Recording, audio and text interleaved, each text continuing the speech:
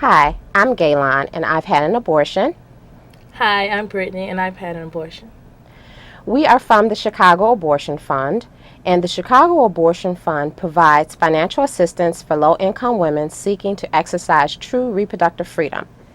Brittany is a part of our My Voice, My Choice leadership group, which we started a year ago to bring the voices of marginalized women, women that we've given funding to the table to make their voices heard in the discussion around reproductive justice, abortion, and abortion access. A couple of things came up that we sort of wanted to address, and I know that there's been several calls this evening around from pro-life callers per se. And I guess the thing that I wanted to sort of address, and Brittany can touch on it as she feels needed, what I have a hard time understanding is that pro-lifers do not believe in equality for all children. And we know that unwanted children do not have the same quality of life that wanted children have. So why should children that are not wanted be brought into the world to face inequalities?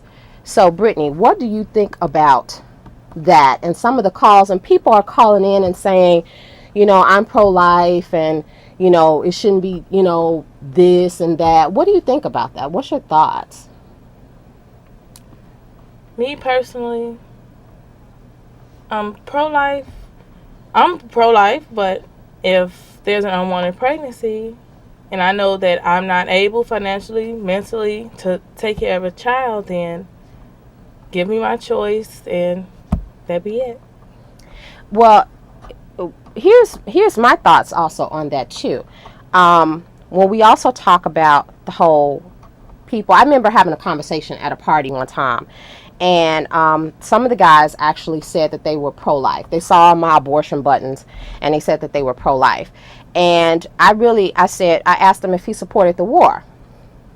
And he said that he did.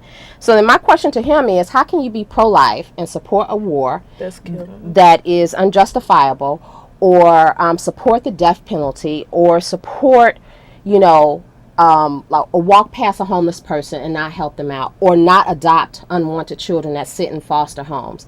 To me, that's sort of oxymoron to say that you're pro-life, but you really are not doing anything about the life that's here.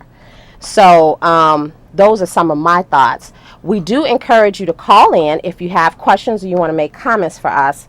I also want to flash our information, so if you need support or assistance, you can call our phone number or reach us by website. You can look at our website, look at our email address, and see all the information that we have available for you. And here is our information.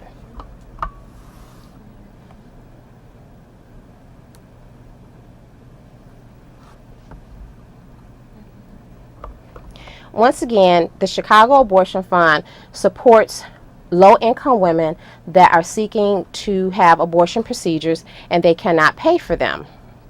So what women do is they call in during a client line when it's open, and they give us their demographics, and we let them know if they're qualified for it or not. Once that is done, we invite these same women that we've given funding to back to the table to take part in this leadership group called My Voice, My Choice, that is existing of women that have had abortion procedures and that support choice. Brittany, you came to the Chicago Abortion Fund's leadership group in about December. What has been your experience learning about a lot of this reproductive justice issues? I'm sorry to interrupt. Well, we have a caller. Okay, go ahead, caller. Well, I was just calling because I did have an abortion about 11 years ago, and I didn't feel I had anyone to turn to. It wasn't about not wanting to have the child. It was about a support system. And I feel it's very important for young girls out there that are having to face this decision on their own to have someone to talk to, and also for the pro-life people to realize when a woman decides to do this, it is not an easy choice.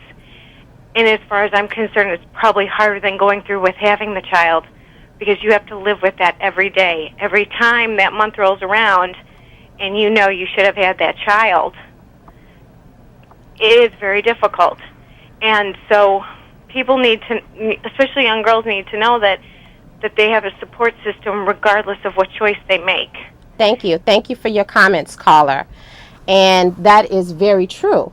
Abortion, like I've said on previous shows, it is not a political discussion. It is a personal decision. And each woman comes to that decision after consideration, based on her circumstances and things that are going on in her life. And so she makes the best choice for her, regardless of whatever anybody else is thinking, because the bottom line is she's the one that has to sit there without support, in low paying jobs, without babysitting and daycare, without adequate support. And those things are really important to think about.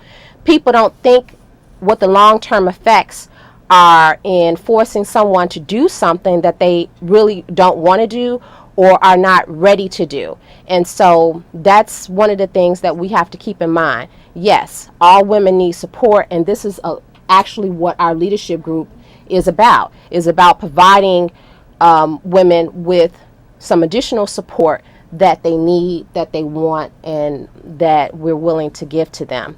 I'm going to show our information once again, and I'll show it a couple of times throughout the show so that if you are seeking support, you can call the number or look on the website. Or if you want to fund us and you are, trying to find out where we are or where to call. So here's our information once again.